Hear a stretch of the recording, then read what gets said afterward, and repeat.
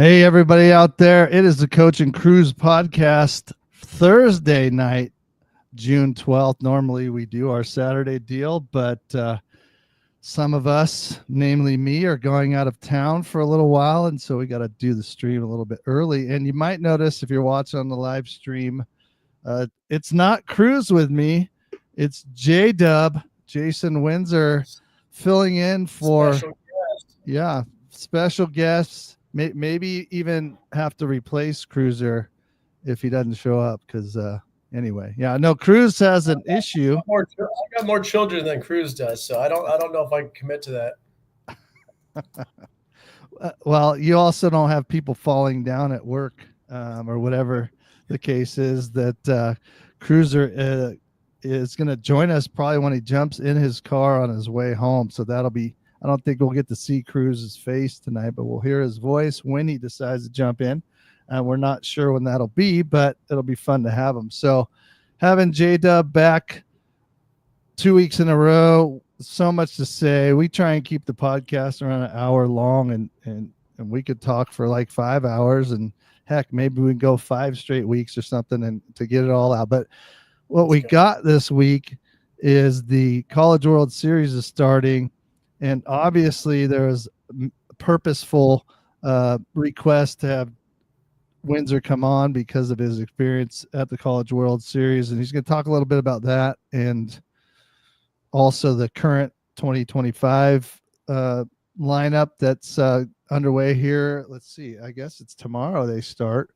And so then we'll just talk about his experience getting drafted and minor leagues and his little cup of coffee in the big leagues. And we'll catch up with Windsor a little bit more than we did last week. So, Jason, tell everybody where you are right now and that you're dedicated. You're on the road and jumping on the pod with us. I am, yeah. So I'm out. Nobody knows, but I'm in sales, so I handle a territory, and it goes all the way out to Palm Desert. So I'm out in Palm Desert, spending the night out here with customers all day, driving around in this 100-degree heat, 102 degrees, I think. I was fortunate enough. My son's out of school, so I brought him along, and I'm playing 36 holes of golf tomorrow. My first round's with a customer, and my second round's with my son. So I'm going to be all golfed out tomorrow, but I get to play 2 really cool courses out here. Indian Canyons South Course, the first one, and then Indian Wells. I got a good buddy that works over there who's the golf pro. So we're going to go and play that with my son in the afternoon. That sounds like a blast. I will be leaving for Kauai on Saturday, so I outdo you, and I will be playing the Poipu Bay course. just a bit. And Poipu Bay. Every time I do this, I'm pulling up the screenshot, and I'm going to show our YouTube crew what it looks like. Let me present my screen over here. Actually, why is it not letting me do that? All I know is I've heard of great golf courses, and all of them are challenging. So best of luck to you. Well, and that's the thing, right? It's very expensive to play, and I'm going to buy a ton of balls because I feel like it's going to be a nightmare. But let me share the screen here and have this jump in here. But there's some views if you're looking at the live stream. So there's the Pacific Ocean right there to the right. There's a little sunset. But the next course I'm playing in 2 weekends is supposedly has the most holes in the world on like an ocean. Like 8 or 9 of the holes are actually like right on the edge of the ocean. That's the ocean. It's called the Ocean Course. And so I'm going to be golfed out myself. So let's get back though, because I'm sure there's no shortage of greenery there. I've never been privileged to play on anything like that. I mean, obviously down in Southern California, there's a couple on the bay and on the ocean that I played, but nothing like that. Yeah, it's going to be unreal. Anyway, back to real world stuff here. College World Series starts tomorrow. Tell me I didn't ask you this before we came on, but like over the years since you played and you had that such a great experience in how you played and your teammates at Fulton State, does that make you like want? Oh, by the way, Cruz has popped on. I'll bring him in a second. Yeah. Um, does that make you like watch it more since your experience, or how's that for you? Yeah, I mean, as a kid, you watch it, but you don't get the significance and the strength of the the tournament. But once you've gone through it, and for all the people that follow college baseball, they understand what it takes to get there. And all 8 teams in this tournament are playing at the top of their game. Like nobody got in here by mistake. Whether they're a 4 seed, a 1 seed, perennial top 5 program, like all these teams have a shot to win, and they've been playing their asses off to get there through regionals, through super regionals, and now it's the top 8, teams in the country, and they're going to go head to head, and you're going to see 4 seeds playing 1 seeds, and it doesn't matter because those guys have already won. So Right. I mean, I think there's 2 4 seeds in Louisville and Murray State, and I think you and I were talking about Murray State earlier. Like if I don't know much about them, but if the stories that I've heard is true about the program and the coach mowing the grass and their stadium only seating 800 people, I mean that's an incredible story. And talk about an underdog or talk about a Cinderella story and getting notoriety for a program. That's a I mean it makes you want to root for them, and or they're also a very very dangerous team to play because they're not playing with a chip. I mean, they're playing with a chip on their shoulder, but they've got nothing to lose. Like, I don't know. Have they been there before? I don't know. Will they go again? Right. I don't know. But it reminds me of like the stories that you hear about my alma mater, Cal State Fullerton, back in like the 70s when guys are changing in the parking lot because they didn't have a locker room. You know what I mean? Right. And that's what starts a program, and that's what builds a program and gives some character to a program.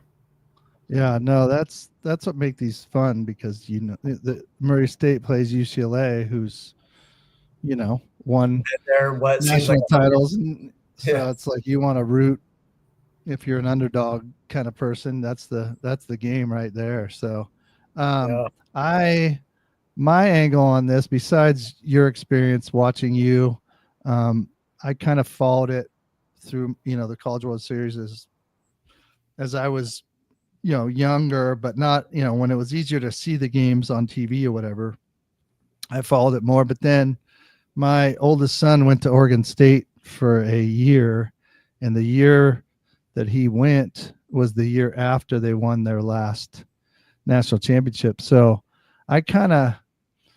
they're my team, but I just kind of follow them and watch them enough just to know who their players are and whatnot. So if there's anybody in this thing that I'm rooting for, it'd be those guys. But then it's funny because guys like you, there's a guy that plays for UCLA that I played with his dad in summer ball years ago. So seeing the kid on TV, I mean, if I reached out to Dan, it's the kid's name it's Chalowski. He's like the best player in the country.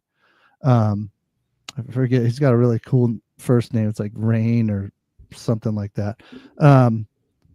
His dad probably doesn't even remember playing on the team that I was. So, but again, it was just a quick summer thing that he was on our team. But yeah. So anyway, it's just kind of fun seeing those kind of things and rooting for individual people or teams. So Yeah. plus you got 3 Pac-12 teams, even though they're not all in the Pac-12 anymore. Honestly, So, what I like seeing is the competitiveness from teams that don't have the pot of money to throw at kids with NIL money, the scholarships, like all the resources that the SEC and ACC schools have, and you have teams there that the Coastal Carolinas and like I said, Murray State, like those are great teams, obviously, and I'm hoping right. that they could get deep into the College World Series this year and cause some havoc amongst those top teams. It'll be fun. So let's bring Cruz in. He's cruising, pun intended, on his way home from work. Looks like things are squared away, but he's driving. So we will see him, but he's got to keep his eyes on the road. So let's bring in Kreuz and get his take on College World Series about to start here. Here comes Cruiser. There he Gentlemen, is. You got us? do you hear me? I don't. Yes, We got you. Hear you.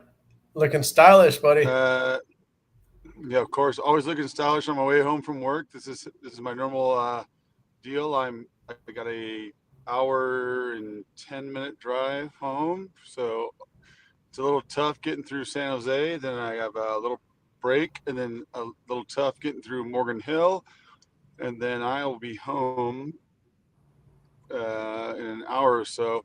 Talking about the College World Series, I was supposed to go to LSU. Obviously, did not go. Might be the best or worst decision in my life. I watched them play after our podcast last Saturday. They were down, I think it was down 2-0 in the first of the Super. And then all of a sudden they just put up a 7 spot. They can score. They can really score. I haven't watched all of the college Supers. I know UCLA is really good. I know Murray State. Everybody that's there belongs there, as J-Dub just said. I think in my watching of the little that I watched, that it's gonna be tough to beat LSU, dude. In my opinion, this is just my and I'm biased. My biased opinion. That's what I think. Yeah, I think Arkansas will give them a run for their money. That's all I'm saying. But and as I said before, the teams that those 4 seeds that made it, that are in the College World Series, have everything to play for. I mean, they're dangerous.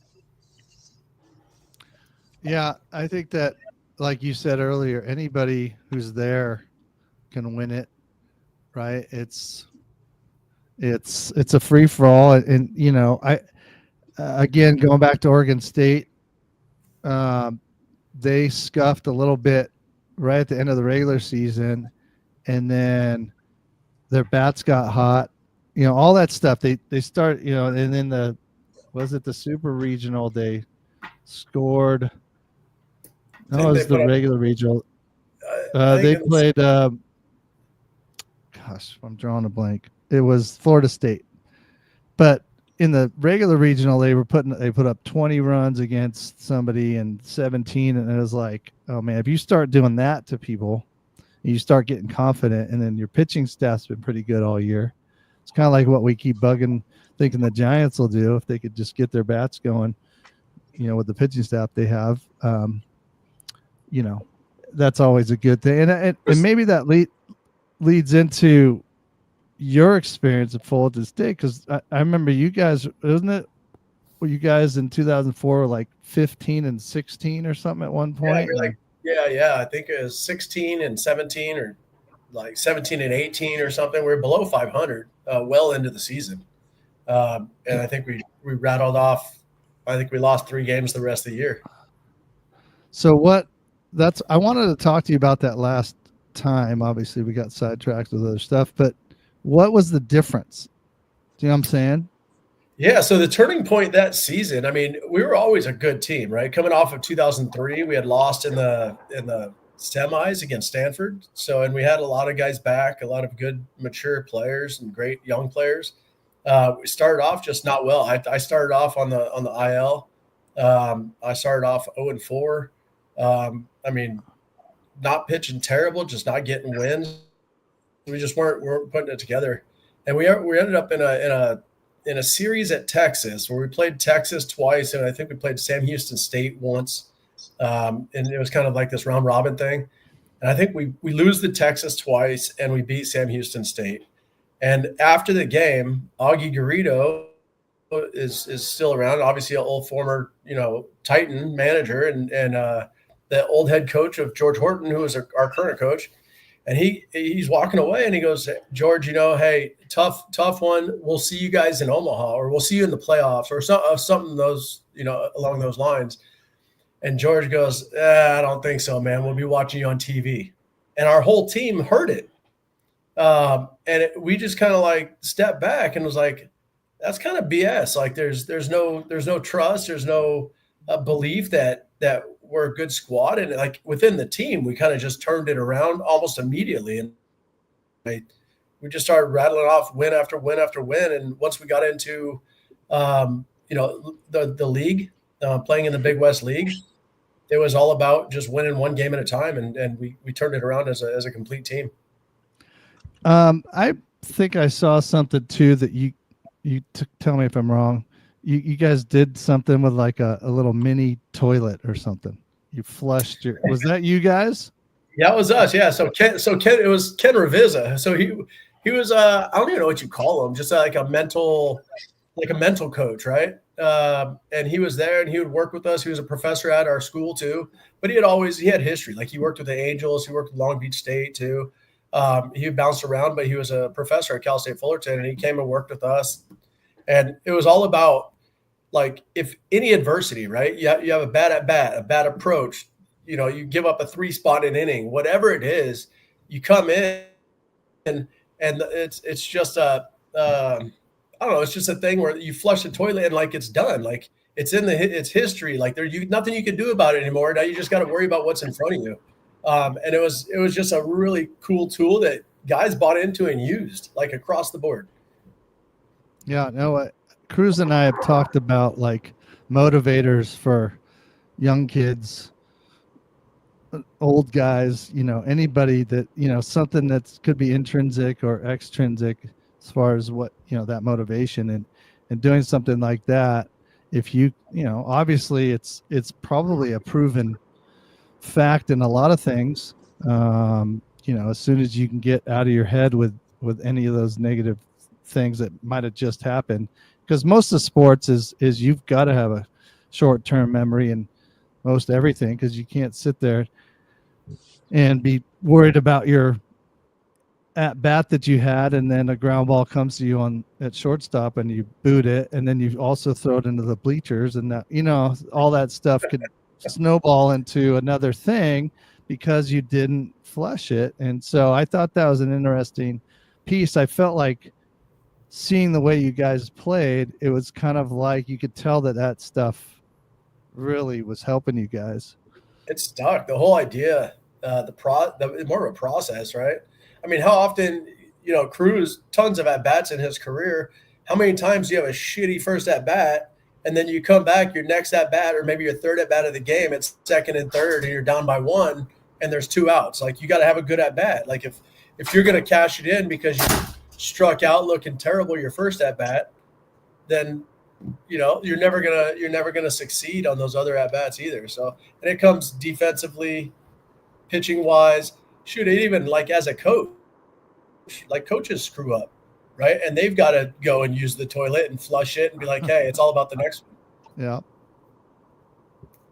Yeah. So let's see, other stuff that happened to you. Let's talk about just Omaha and the place and being there and how they treated you and the experience that you had there as individually and as a team. Yeah. So I'll even take a step back and start with like regionals, right? So really it's like the first time where you're on this high pedestal, like you are the focus of college baseball. There's only, 16 locations of regionals, right? 4 teams each. It's a 2-game elimination tournament, and the cream rises to the top. The one team that wins the 4-team tournament goes on to supers. You get matched up against another team that did the same exact thing across the country, right? So now you've got 2 teams that are playing well. Now you go, head to head for a best of 3. And now you got to beat a great playing team, best of 3. And now those are the top 8 teams that make it to the College World Series, right? So all your teams are all your games are on TV of some sort, right? Now even more with ESPN Plus and all the other things. So now you're playing against the teams that are playing the hottest in the country. And now you go to the College World Series, you get there, it's a 7 or 10 day series, right? So now they've changed the structure a little bit more, where it's, kind of 2 4-team brackets, and then the winners go and play best out of 3. So it's almost taking a step back and playing a regional again against 3 of the best teams that are playing well. And if you're fortunate enough to win, now you're playing against the other team that has done the same thing and probably hasn't lost a game in, a month. So the media's there, the fans are there. For most of these kids, it's probably the first time that they've played in front of 35,000 people. The fan base, I love going as a fan. We were there with my 12-year-old team last year, and we played a little youth tournament, and we went and saw like 3 College World Series games. The the atmosphere out in the, not even in the stadium, but outside of the stadium, there's so many activities, so many things to do. The restaurants are crowded. There's people from all over the country, and then you get really depend on who's in the College World Series. You get teams that travel very, very, very well, like the LSUs of the world. Texas travels so well, and then you get other teams that they might travel a couple buses and just take a couple buses of fans out there. But for the most part, everybody's there. Everybody loves college baseball. Everybody loves baseball in general, and they're so friendly and just there to have a really good time. So your experience personally with that, did you feel like a lot of people knew who you were or obviously probably as the series went on? How did that go individually? I never felt, I wasn't a high profile player. Like I wasn't like a Paul Skeens or something, or one of these guys that just, and less than it is now. It's more accessible to players. There's more content being produced around these teams, Instagram, all these highlight reels, all the things, right? Publications on player ratings and who's doing what. So, I mean, there was still some of that. Baseball, what was it called? What was the publication, the magazine? I even forget now because I don't know if anybody reads it. But Baseball America. Baseball America. Yeah, That Baseball sounds right. America. Right? So that was like the one thing that you could go to, and it like highlighted who's who of college baseball at the time. But yeah, so I don't think that I was a high profile player, so I don't think anybody really knew. Like anybody that maybe we played against or somebody that was a true fan of college baseball might know, just because of the streak we were on. And, it was at that time, Cal State Fullerton, it was like our home away from home because we were there all the time. And so a lot of the people in Omaha itself knew of the team and were fans of the team because we were there damn near every 2 or 3 years for like 25 years. Well, I was going to say one fact. So from like 1977, and fact check me, this is actually true. I think 1977 to like 2019 or 2020, if you would have gone to Cal State Fullerton for 4 years and played baseball, you would have made an appearance in the College World Series. that's wild. That's freaking incredible. Yeah, that's great. Badass, Now, actually, the next question the way you answered that leads me to this one. After you guys won, but you won the game, the national championship game, you went from people not knowing you to probably everybody mobbing you a little bit. Tell us about that. Yeah, so I mean, obviously you're a little bit bigger target on your back, a little more people know about you. There's 30,000 people watching the game, and however many other people and watching on TV. Fan mail increases quite a bit from just being an old college baseball player. It helps that you were drafted before. So the draft I think it's a different time now. It hasn't happened yet. I think it happens after the World Series. But before, it was between Super Regionals and the World Series. So like they would throw up on the screen like, hey, Joe Schmo drafted in the second round by these guys. So you also know who the big league teams think is valuable and who's going to be a good player, right? And so that would add on to it. So yeah, you'd go back and once we won, you're signing autographs, having a good time, have a big party at the hotel that you're staying at. And if you don't know, there's typically all the teams will stay at different hotels throughout Omaha. And so we happened to pick a hotel, which wasn't, the nicest hotel, but it had some good history of some previous winners. And so Nice. the team decided to stay at that hotel. And so we have a big party. And I mean, I have to believe that what we did in the College World Series led to some more notoriety in minor league baseball for sure. Yeah. So tell us, you're with the A's, but how many times did you get drafted? Did you get drafted multiple times by multiple teams? I did. Yeah. So I got drafted a total of 3 times. You're eligible to get drafted. And I don't know if it's changed because I'm not a scout or anything like that, but you're eligible to get drafted out of high school. And then if you go to a junior college, you can get drafted every year of junior college. If you go to a D1, you can get drafted after your junior year. That's the first year you're eligible. So my path was I got drafted out of high school. By who? By the Houston Astros in a round that doesn't even exist anymore. So Right. so I was lucky enough. It was a draft and follow. They weren't serious, and I can tell you a story about how I think that happened. Real quick. So I had an eye injury. We had a big tournament in Fresno. I had an eye injury where I split my eye open and it was swollen shut. And I don't recommend doing this, kids. If there's kids listening, we broke a toothpick and we stuck it in my eye and taped it in the corner of my eye so my eye would stay open. So I was able to pitch the first game. I sat the second game, and then I went and played third base the third and fourth games. And the third game, the scout that drafted me was there watching the game, and we were facing a big lefty out of Fresno. And I was hitting left-handed because I couldn't see out of my left eye to hit right-handed like I normally did. And I ended up going like 3 for 4 with 2 doubles in the gap and a single up the middle. And afterwards, he was just like, "Do you normally hit left-handed?" I'm like, "No." He goes, "Very interesting." And so he ended up drafting me, I think, because of that one game. That's insane. So I get drafted out of high school as a left-handed hitting pitcher. And then I go to junior college. I'm still with Cruiser playing with a lot of our teammates. Actually, Baker went there still too.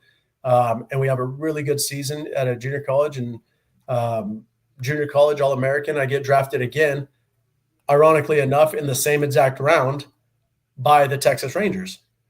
So a completely different Texas team, same round.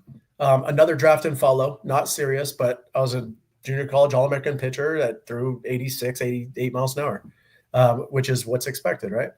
And then I was fortunate enough, I told the story on the last one, how Mike Luna was influential in getting me over to play at Cal State Fullerton. And so I played there for 2 years in 03 and 04, going to the College World Series twice. Really, really, really cool college experience. I mean, I couldn't ask for more, and ended up getting drafted 3rd round for the 3rd time out of Cal State Fullerton as a senior.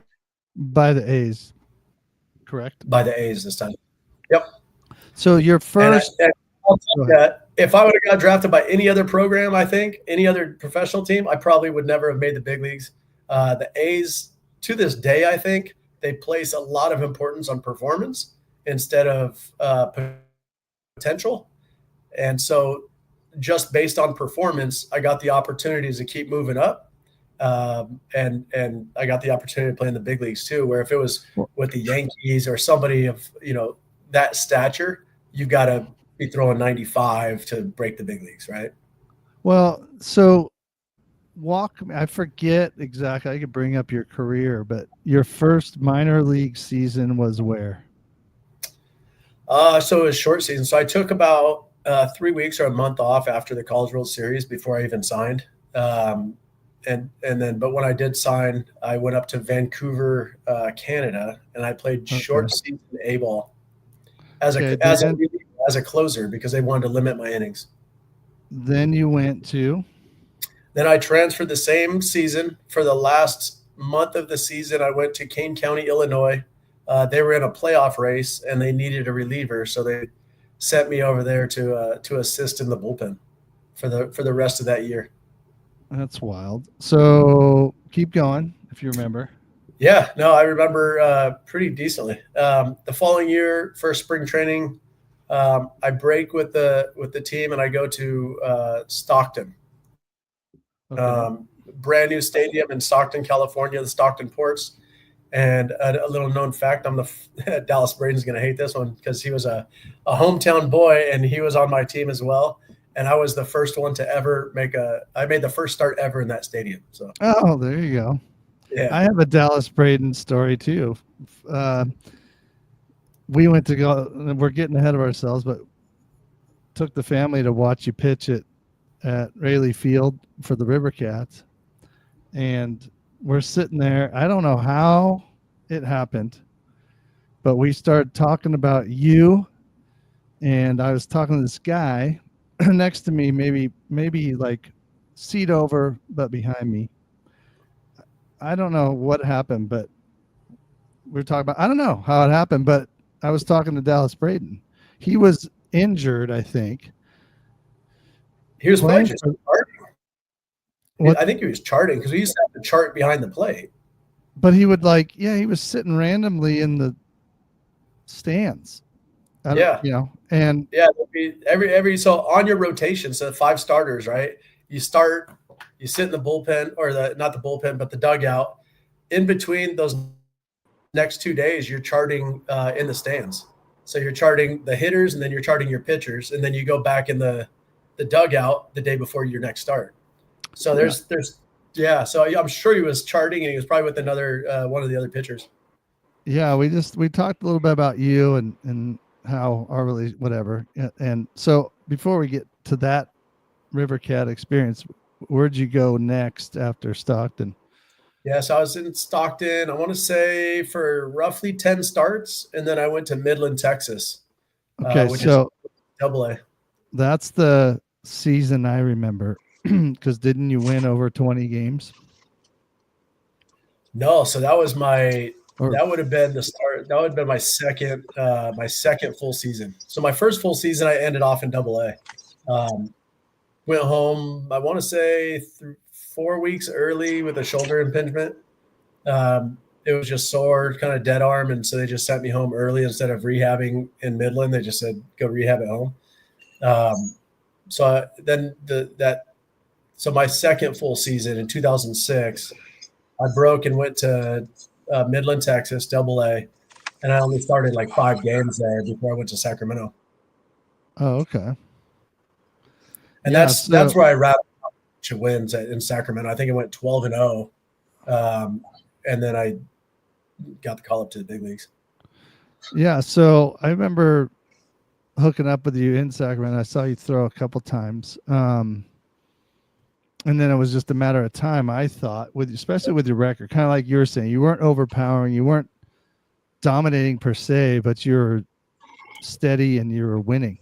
And it was like, how do you not give this guy a chance with that? Just without even watching him, you're looking at the record. Now, granted, your batters and everybody else helped you out a little bit there, but obviously you're keeping the runs low enough to give yourself a chance. So tell us about how you got the call. Did they pull you in the clubhouse? What did they do to let you know that you were going to the show? Probably one of the coolest stories I can even tell, and one that I'll never forget. So I'm actually, I start a game, and it's like the middle of the second inning. I breeze through the first, middle of the second inning, I get into a jam, right? And by a jam, I mean, I think I walked a guy and then I gave up a hit, right? So like first and second, no outs or something. Ron Romanek, who's our pitching coordinator, our roaming pitching coordinator at the time, comes out for the mountain visit. And I'm like, this is really strange. Not only is it the second inning, like you can't just holler something from the dugout, you know what I mean? But not only is it the second inning and you make a mountain visit when I don't think they've scored a run, but then it's Ron Romanek and not my pitching coach. So I didn't think anything of it at the time. And he comes out and he goes, Wiz, how you feeling? I'm like, hey, feeling all right. Obviously in a little bit of a jam, just got some work to do to get out of this one. And he goes, yeah, dude, just get a ground ball, roll it up, get out of this inning because Oakland needs you. And once you get out, you're heading out to Baltimore. And I'm like, wait, what? so now I'm on the mound in a jam in the second inning with this big shitty grin on my face, right? And they're going like, what could they have possibly told him? And sure as shit, like ground ball, double play, strikeout, end the inning, no runs, go in the dugout, high fiving everybody. Stayed there for the rest of the game, packed up my stuff, and I was on a flight the next day. That's awesome. Those stories are, now you see them on social media. Just, they're kind of corny in a way, but seeing a coach tell a kid that they're getting called, it's just, kind of a culmination of all the experiences that you went through from youth all the way up to where you are at that moment. And then to get the call has got to be unreal. And then did you throw, you probably waited, your regular 4 days or whatever before you threw? Yeah, I think, I think I only threw about 28 pitches or something. So it was really like a bullpen. I think they gave me, okay. Yeah, I think they gave me like an extra day or something. Or I threw on like 1 day short rest or something of the sort. But my first start was in Baltimore. I think later. How many, it was short-lived because of the arm, but how many starts did you actually get? Yeah, three starts and a relief appearance. Okay. Yeah, so I started in Baltimore. I started in Seattle. Ichiro went and picked me apart a little bit. And then I started in what did I say? Oh, at home against Boston the year after. Me and Kurt Schilling matched up, of all people. What a competitor he is. And then my relief appearance, I couldn't even tell you where that was, but it was a relief appearance somewhere. When did the arm kind of tell you this is bad news and it's gonna, kind of, because obviously was it instantly after that relief appearance, or how walk us through that? Yeah, no. So I did that year. I was fine. I went down because of performance. I couldn't miss a barrel. To be honest with you, hitters at that level are just incredibly disciplined and talented. And I mean, I think I had like a high 6 ERA, and over the course of all my starts. And so they set me back down, and then I was a September call up. So I got called up in July. Got sent down after that series of starts. It was a September call up, and finished out the year. I didn't make the playoff roster. That's the year that they won American League West. Didn't make the playoff roster, so I went home to watch the playoffs on TV. Spring training the next year is actually when I truly got hurt. I was trying to make the team out of spring training. I thought I had a really good shot. It ended up being between me and what was his name, Joe Kennedy. Between me and Joe Kennedy, who had multiple years in the big leagues, so the history. He was left-handed. Ultimately, they wanted him as the fifth starter that year, and I went down and started the year in AAA. But in spring training, I felt like that's where I hurt my arm. Didn't say anything because I wanted to make the team, and I thought I had a really good chance. And then in AAA, it just kind of really gave out on me. I made a start, had a really good game. I think I threw 7 2/3 or something. And it wasn't until the next morning when I realized that my arm was hurt because I couldn't lift my arm off my chest trying to wake up in the morning. Yeah. So from then on, it was that was kind of what you wrote. Tell listeners a little bit about what it ended up being. We've talked about it, but what are these guys? They probably don't know exactly what happened to the arm. Yeah, so I think Kreuz had a shoulder injury in high school too. I mean, he was always a much bigger arm than I was, but he had a shoulder injury in high school, and his was a little bit different. But mine was a torn labrum. So if you're familiar with the torn labrum, it's like a circular ligament in your shoulder that your humerus kind of glides on, and your biceps and triceps tendons kind of connect onto it. A bad torn labrum is like you'll need 3 tacks in your shoulder socket to tie it back down to the shoulder socket, and I needed 3 on one side and 4 on the other. So I had 7 tacks in my labrum. to kind of pull my shoulder back together. But that's what the injury was. That's crazy. What Cruz? What did you have? I remember that you couldn't pitch for us when I was coaching. We always talk. We talked about it last week a lot. Throwing too hard, too young. I was always the kid that throw very hard, very young. I was more of a pitcher than a position player, even though I always thought I was a position player. And then they did a exploratory surgery our senior year because I couldn't it was just every time I threw the ball 90 feet, it would just grab me like you wouldn't believe, like somebody sticking a knife in your shoulder, which is not very pleasant as a young athlete. And then after they kind of just cortisoned me up for the next 2 years. I played my senior year, my freshman year, and my sophomore year. And then my arm was kind of never the same. It was never like a bad arm, but it just was never a good arm again.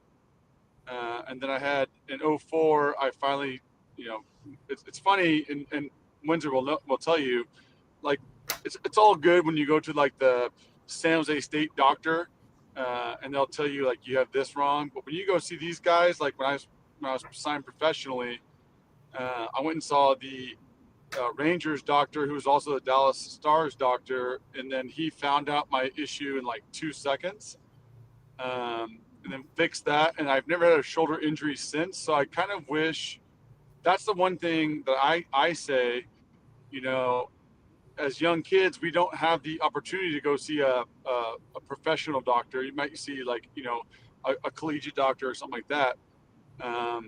And so my arm now is good. But I wish I would have saw somebody then that I saw. So I got my first surgery in 99, and then my second surgery in 04. So for 4.5 years, essentially, I kind of just played with it, right? Because that's what you just kind of figure out how to do it. And then when I got to that point, I knew let's get this thing fixed for real. And so it got fixed, and I've never had an issue ever since. And I cannot throw 90 miles an hour now, nor 80. But I've been throwing without pain for almost 20 years. Well, I bet you're a mean coach pitch, though. That's for sure. Yeah, I mean, the good news is my kids will never out throw me, which is good. They cannot out hit me, which I'm also good with. And so it's funny because when my career ended in 08, immediately I started coaching. I coached at Mission College, and then I coached 5 years at a high school in our town called Saratoga High School. And the way we did our stuff was not only can I tell you what to do, but I can still show you what to do. So kids have especially in high school, right? I'm going to show you how to do this. I'm going to show you that I can still do it better than you. We used to do coaches BP. This is way, way back when.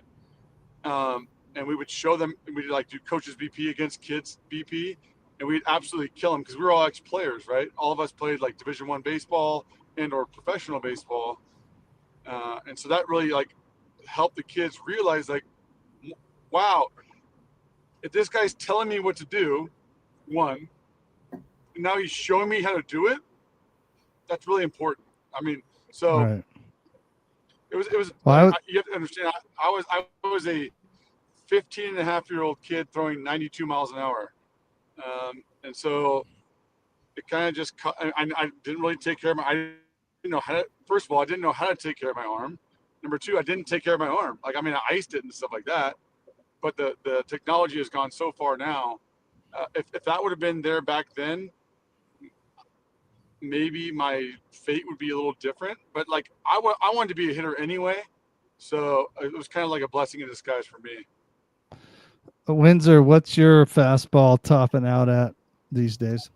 Nowadays, not hard enough. I say I hit barrels as good now as I did in the big leagues, and it's just now that I'm facing 12-year-olds, so it's nothing to write home about, and I'm not fooling any of these kids.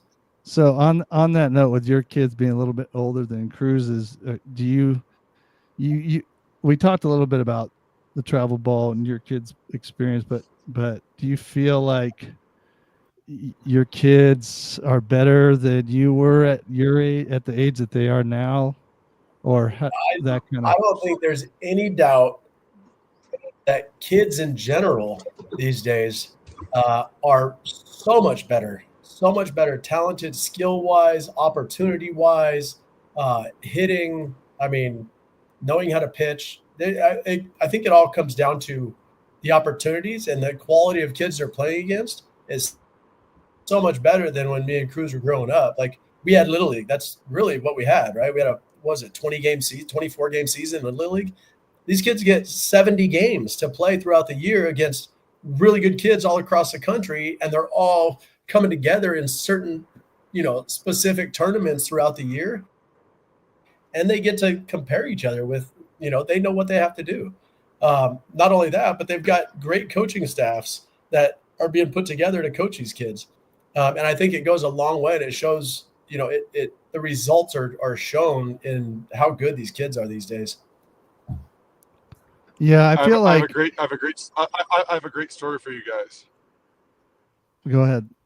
So my son is in like a 6, 7, 8-year-old league. So half the year is coach pitch. The other half of the year is half kid pitch, half coach pitch. I'm sure J-Dub knows what I'm talking about.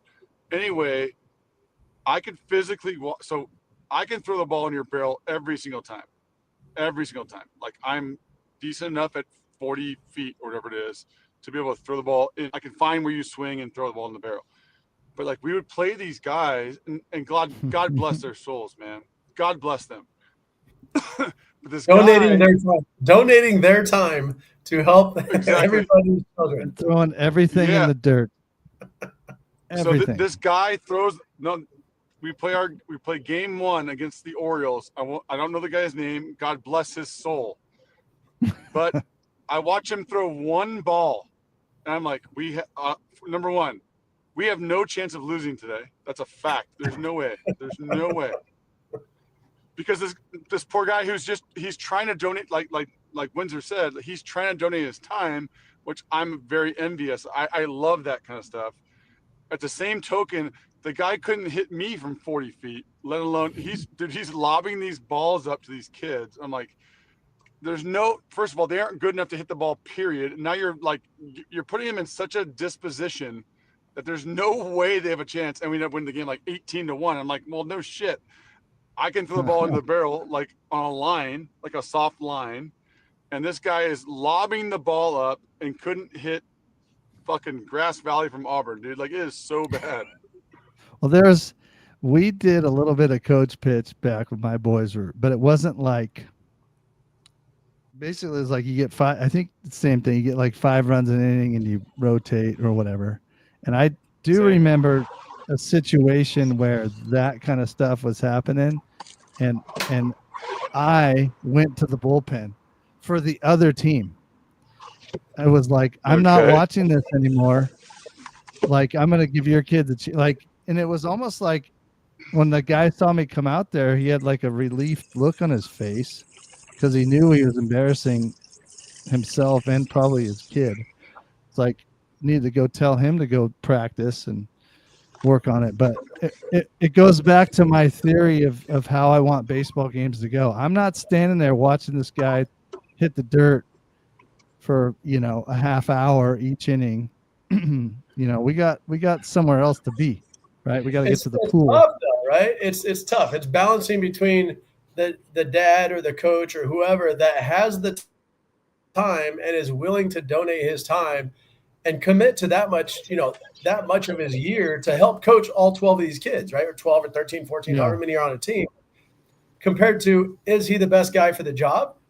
Oftentimes they're begging and pleading for a coach because there's more kids than there are coaches available, right? So like, what do you do? It's not the case in quote unquote travel baseball, right? Or all this stuff where parents are paying hundreds of dollars a month to have their kids coached by somebody. And oftentimes the programs are garbage. Like, Yeah. I'm not naming names, but oftentimes the practices are garbage. They're not learning anything. They're there to win games, and they're winning games for the program, right? And the top level teams are just not even using the kids in their program. They're using kids from all over the country to make a name for their program. And it's just a different world, but it's a business even at 10, 11, and 12 years old. Your coaching staff, Windsor, you talk about the team that your kid's on. You're coaching, yes? No, absolutely you're not. Okay, so tell us a little bit about the staff. I can tell you a couple of I don't coach. I'll help like if I'm needed, if I'm asked to do some stuff with the pitching staff or whatnot, which is minimal because we have a very good coaching staff. Head coach was an old college football player, went to Texas out of high school as a quarterback, and then he went to Baylor, but he played third base and quarterback in high school at a very good high school. Another coach is a principal at one of the really good public high schools around us. Another coach was a 3-letter college athlete at a D2 college by us. But we have like four coaches that know what they're talking about, right? So there's no reason for me to step in. I've got 3 kids to try to bounce my time around and do that type of stuff. So I actually really like the situation I'm in where I can help these kids at home and be their dad and coach them at home, and then also be their dad and a fan when they're playing. So I'm not always a coach. It's not always, I don't have my coach hat on all the time. Yeah, I have I got a great story that goes along with that. So obviously my son is younger, so I coach baseball. Obviously, he's a little league guy, and then I coach soccer, which, I played soccer. I think I need to kick you off the podcast for even saying that. I understand that, and then my favorite time of the year. This goes really good with what Went said. My favorite time of the year is, and I know a ton about football. Obviously, Brad, we talk about football all the time. My favorite time of the year is when I'm a dad watching my son play flag. We play flag, football here in Hollister. It's just going. I don't have to worry about practice. I don't have to worry about practice plans. I don't have to worry about sending messages to parents. I can physically just go there as a parent and watch my son play flag football. And it's such a good feeling, dude. Like, it's so nice, man. Just to be able to watch, huh? Hey, speaking of football, if you guys want to come down in July to Oakland and watch some football, my son's on a 12U football team. They play in the Snoop League. You'll see football. It's wild. Supreme. I was just going to ask you the other sports that your kids play. I think they're golfing a little bit, but that's probably more leisurely-ish at the moment. Yeah, I'd say number 1, baseball, number 2, football, number 3 for 2 of them is probably golf, and then basketball. They all play basketball too. Oh, that's good. I just staying busy. And one does so much MMA stuff, jiu-jitsu and Muay Thai and stuff like that. That'll help with other stuff for sure. Protecting his brothers, yeah. So tell us, Windsor, everybody knows what Kreuz and I do for jobs and whatnot. What are you doing now? What's your current? You talked a little bit at the start, but we're vague and didn't exactly say where and what. If you don't mind telling our listeners. I don't mind at all. Yeah, I don't mind at all. I mean, the transition out of professional sports is one that a lot of people have to deal with. You hear it all the time. Guys that just thought they were going to go make a bunch of money playing sports, whatever sport it might be, and then the health hits, or children, or you knock up your girlfriend and you stop playing, whatever the reason is. Real life hits you and you got to go get a job, right? So I mean, I went after I hung them up. I mean, I had surgery and I rehabbed for a year and a half, and Oakland gave me the opportunity, like, hey, do you want to go back and give it another go for a year, and we'll send you back to Double-A and you could get some more innings? And I said, no, it doesn't feel good. So I went back, got my degree. And then once I got my degree, I went into the workforce, and I went straight into a tech distributor, and I did marketing for a tech distributor. I thought I wanted to do marketing. Um, it fit, but it didn't fit, and I wanted to make more money and that type of thing. So just through growth, your network, people that you meet.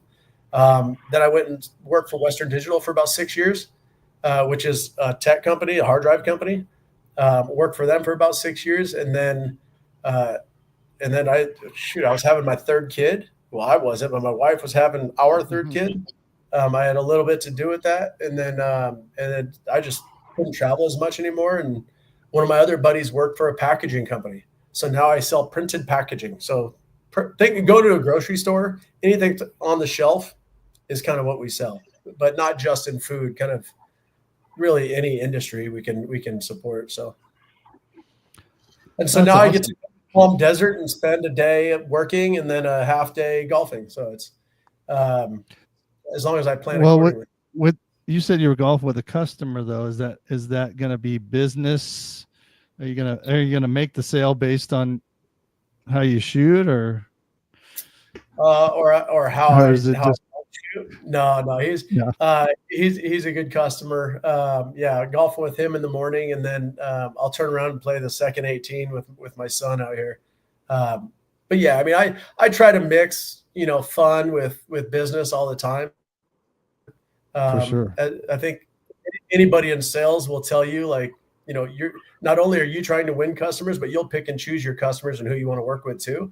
If it's oftentimes not a good mix, then it's just not a good mix, and I'll pass up business because I can tell the personalities just don't mix very well. Speaking of mixing, did you mix too much drinks today, Cruz, and that's why people are falling down at the bar, or what? Tell us your story there. Very, very interesting story. I've been mixing drinks for almost 17 years now, and a customer who I've known for I'm not a long time, but enough time, at 5:30 comes a beer and a shot, no big deal. And then we have like a front patio where I work, and then I get off at 6 o'clock, getting ready for the podcast, all ready to go. And then I look outside, and said person falls off his stool and hits his head on the ground, and is not seeing the world very clearly. So I had to make sure he was okay. It's the nature of the beast. I've been doing it a very long time. I would never have known if you've been served too much before. I know this guy. You seem perfectly fine. Yeah, it was kind of sketchy a little bit, but in our industry, it's kind of it's the only way to put it is it's the nature of the beast, and you just never know where the person came from before, or where he was at like last week. I don't have any idea. I'm just serving the customer based on my knowledge of them. So that's why I was a little late to the podcast. You're not on I trial apologize. here, by the way. I know you're not on there's trial, but no, but there was a person there who I thought like worked for the ABC or something. He was like grilling me. I'm like, I have no, I the guy was fine like 3 minutes ago, and all of a sudden now he's blacked out on our front patio. So he's all well and good. He got up on his own and rode away. So that's why I knew it was time for me to get in my car and get on the pod, which I was trying to do 20 minutes prior. So that's where we're at. That's a great Thursday right there. Yeah, I got 2 more days to go. And Windsor, you got tons of golf tomorrow, and I got a flight to catch at 9 in the morning on Saturday, and I'll be 10 days in Kauai. And I might bring the microphone. I don't know if Amy will let me, but I could do what Windsor's doing and podcast. But the problem is that next Saturday is my anniversary, and we might have to take a week off. Or maybe we are not. You guys. Yeah, we will take a week off of podcast. You enjoy your vacation, dude. You deserve it. No, I'm going to. I can't wait. We've been planning for like a year, and you know how that goes. Oh, and by the way, I don't think you got a chance to see this, Cruz, but I think I showed you this last time, but there's the Poi Pube. Again, for our YouTube people, I'm going to do a quick search. Where the heck is that tab? Because I want to show you the other place I'm going.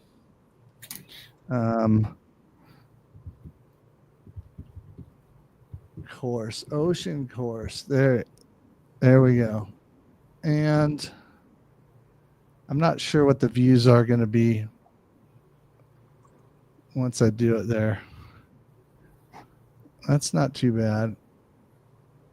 Oh, there's a good shot of one of the holes. How about? Oh my God. I kind of want to live there, right? We want to live in that world right there. That would be stunning. Where the wonder- heck? What are you paying for a round of golf? 500 is what I guarantee it. Yeah. So again, Go book a tea time. Go book a tea time. Let's see what this is. No, I booked the tea time already. So the first one is like three hundo. I ain't bad. This That's one's not a bad little at all. bit more. Why am I okay? Let's see if I could book it. Let me go back to the main page. So it's like like you could obviously live there and whatnot. But gosh, I don't know. I'm not going to bore everybody by. I should have had this prepared a little bit. It's called aggressively awesome. Is what you're doing, and you need to go do it. Yeah. Well, and that's the thing. We have things planned like inner tubing. We have like a morning ocean cruise and snorkel and all that stuff. So it's going to be, and we've never been to Kauai, but it's like you can hike, and not huge hikers, but it's just going to be so nice to just do nothing. Yes, right? just see it. Yeah, I'm lucky enough, I will say. I have like the next 9 weeks, I'm playing some pretty cool courses as well. I have never played Stanford. A buddy of mine want to force him to Stanford, so I'm playing Stanford July 8th. I'm playing Edgewood in Tahoe July 15th. Oh, 2 wow, days after nice. the tournament. 2 days after the tournament, after the celebrity tournament, I'm playing Court of All, which is, I'm not sure if our listeners know where Court of All is at. Court of All is in San Martin, but really exclusive golf course. I'm playing Pasatiempo, which is one of the best 10 public courses in the country. And then when Gabby and I, we always take one trip a year to Cabo, we're playing Puerto Los Cabos twice. So I got some pretty decent golf. I mean, I cannot top Turtle Bay, but I'm pretty excited about my golf adventures this summer as well. So I'm super pumped for you. I love good golf courses. I love playing like courses I've never played before. And this is going to be a great summer for all of us. It seems like. Well, and then you guys are both playing in the Dalbon Memorial. I'm already calling you out on October 11th. What is that? October. Let everybody know. October when? 11th. October 11th is on a Saturday this year. Moved it up to a Saturday. By the way, gives everyone time. By the way, I do not take time off of work, but I made a pact with Brad that I will never. Once I started playing at DBM like 4 years ago now, I think, and I bring like 2 or 3 groups. I think we might have a 4th group this year. I will not miss it until one of us is dead. It doesn't look like it's going to happen anytime soon. So I'm taking October 11th off, and we will be alive and well at the DBM on the 11th of October. The 17th annual, by the way. It's wild. So yeah, hey, I'm going to let you guys skedaddle, and we're going to get out of here. Before you leave, College World Series starts tomorrow. I want everybody's pick, and I know you're not going to pick my team, but everybody's pick on who's going to win. Everybody, maybe you could throw up the bracket. Did you get the bracket up there? Yeah, I had it on a different. Just go to the NCAA baseball. I think they have the best one. Hang on. Let me do this. Share it. Oh. Because there's going to be some really good games. I want to see who's playing who. I already know who's going to win it. But I'd like So to do get I. your guys. All right, so do I. You like the? Okay. I know you like the purple and yellow. But Of course I do. unfortunately, I don't think they have it in the bag this year. Let's They do pound this the ball right D up, here. dude. Oops. Do yourself a favor and go watch Arkansas, dude. I don't even pick. I'm not picking Arkansas either. But go watch Arkansas. Wow, why is it only showing me? There we go. There we go. That might be a little tricky to see because this is the entire bracket, but from like the regionals to the supers. Yeah, so so this area down the Oregon middle State, is your Arizona, Louisville, Coastal Carolina, Arkansas, UCLA, Murray State, and LSU. So let me get That's back to the actual bracket for games. Murray State. Oh, that doesn't help me when the bracket's like size 2 font. The other one I had was, this might be a little bit better. I had a nice big ginormous schedule, but that doesn't, and that isn't great either. One more time. Let's go College World Series. There we go. That's what I had. This had it the best right here. Because it just tells you who's playing a nice big when they're playing. So tomorrow's Arizona. Okay, let's go through. Oh, Cruz had an issue. He seemed to bug out. Are we gonna go picks? Are we gonna go picks top to bottom? Can you fill out a bracket? Is this a thing? Can we do it on ESPN like college basketball? It could be. This is on the regular College World Series page. Yeah, Arizona, let's go just this tomorrow's games and then Saturday's games. Arizona, and you can't overthink. It's kind of like that. You got to be quick with your answer. Like when I say peanut, you say butter or whatever, right? butter and jelly. Yes, or whatever. You got to say it quick. You don't. All right. You don't get 2 seconds. You get 1. All right. Hit me with it. All right. Arizona, Coastal Carolina. Coastal Carolina. Oh, you took too long. Louisville, Oregon State. Oregon State. Okay. UCLA, Murray State. UCLA. Their pitching's good. LSU, Arkansas. Arkansas. I'm going to take the whole right side. I'm going to take the whole right side of that. Windsor's been talking them up so big. I guess I'll go with them. Okay, Cruiser, let me start over with you because you probably heard that, but I didn't have you in. So Arizona, Coastal Carolina, go. Cruz. Arizona. Arizona. Louisville, Oregon State. Oregon State. Murray State. UCLA. Duh.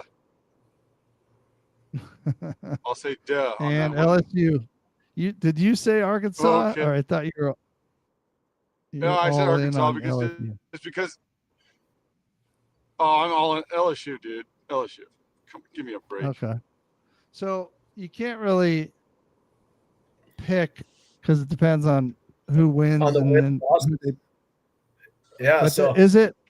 You stay in the bracket, right? So if it goes the way, like at the top, if Coastal Carolina, let's say, beats Arizona, Oregon State beats Louisville, they play each other, and the losers, do they play each other from that bracket, right? Correct. Yeah, and then it's elimination games all the way. Once you have a loss, it's elimination games all the way through until you just got to. The only way to do this is to pick a winner. Let's go. Well, hang on a second. I want to let's say.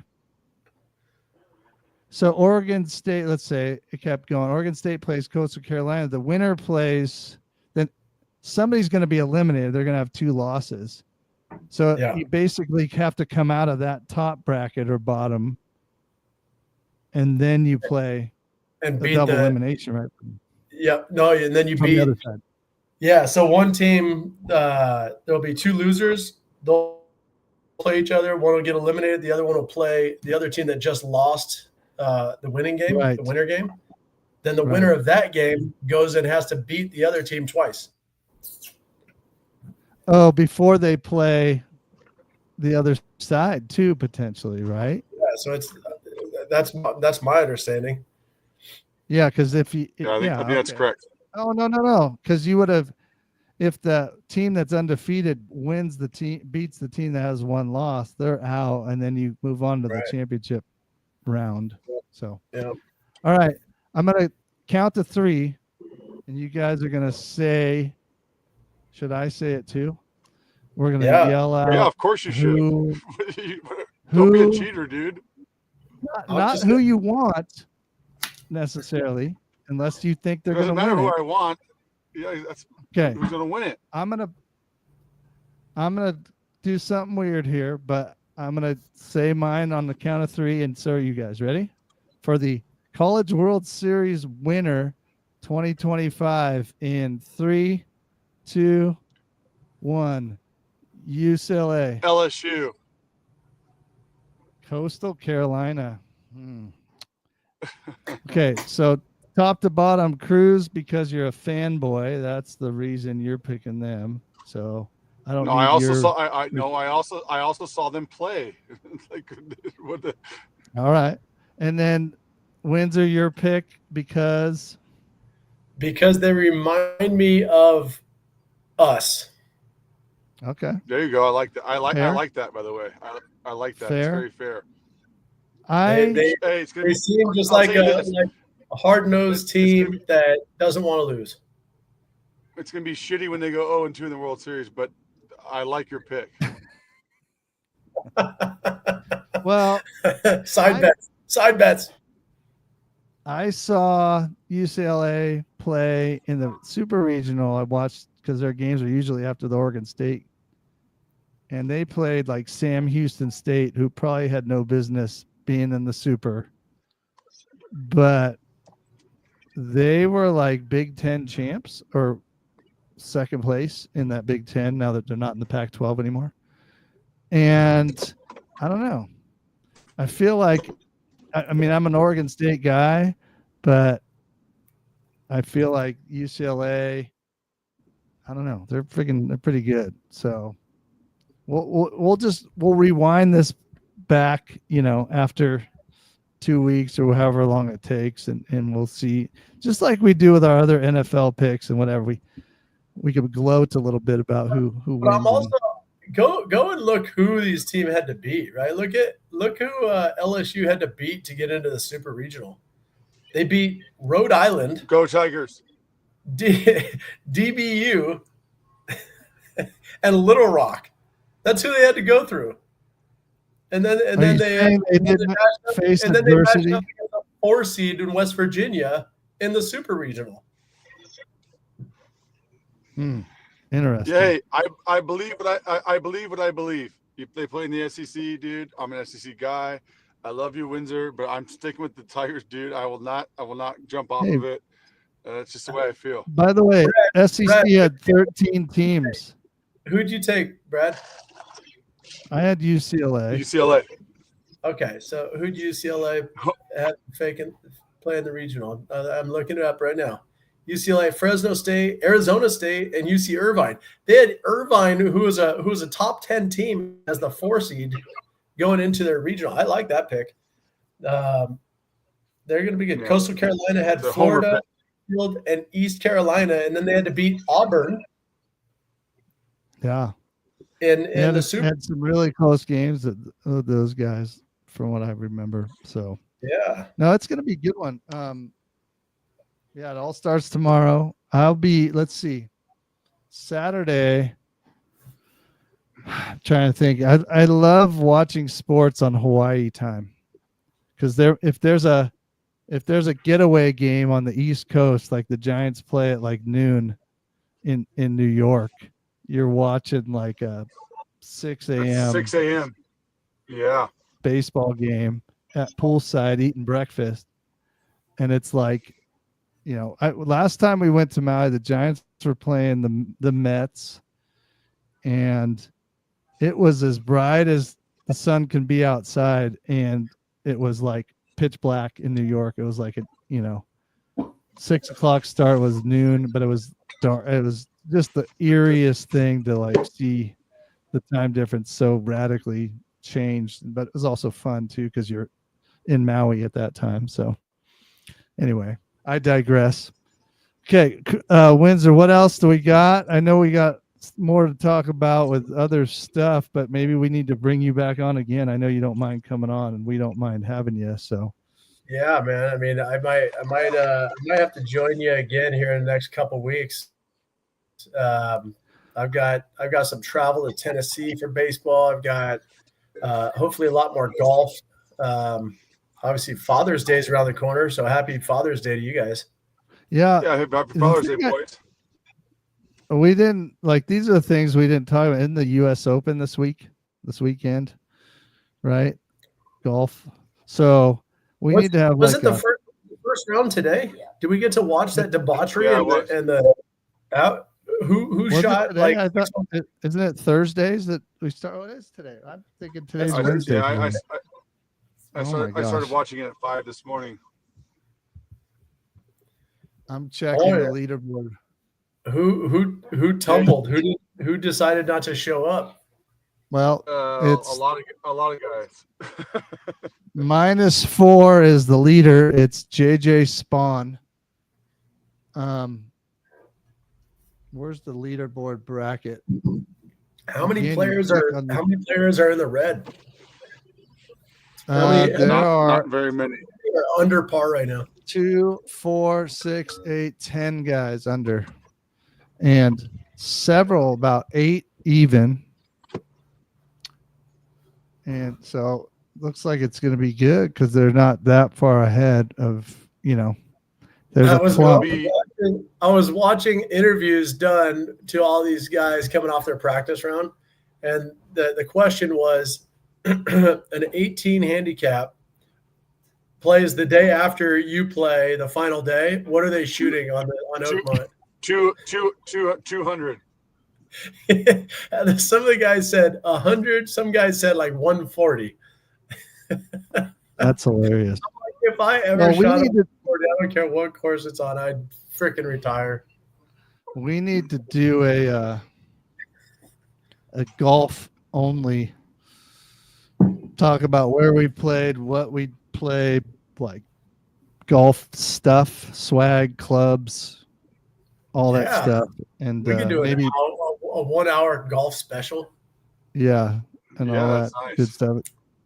And actually, what we need to do is try and do it on a course, live, 3 guys in one live stream. Yeah, I got to figure out from the Ridge Golf Course in Auburn, California. Yes, October 11th.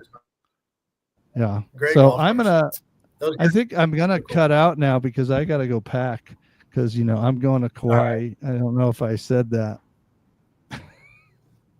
Yeah, and enjoy your trip. I'm gonna go on a night. I'm gonna go hit some balls at the range. Cruise. Maybe we need to do one of these in Hawaii. Bring just all of us, all 3 families, and anyway, possible. Need to think about that, or do a DBM in Hawaii, a special. You got to find your own way over there, but yeah.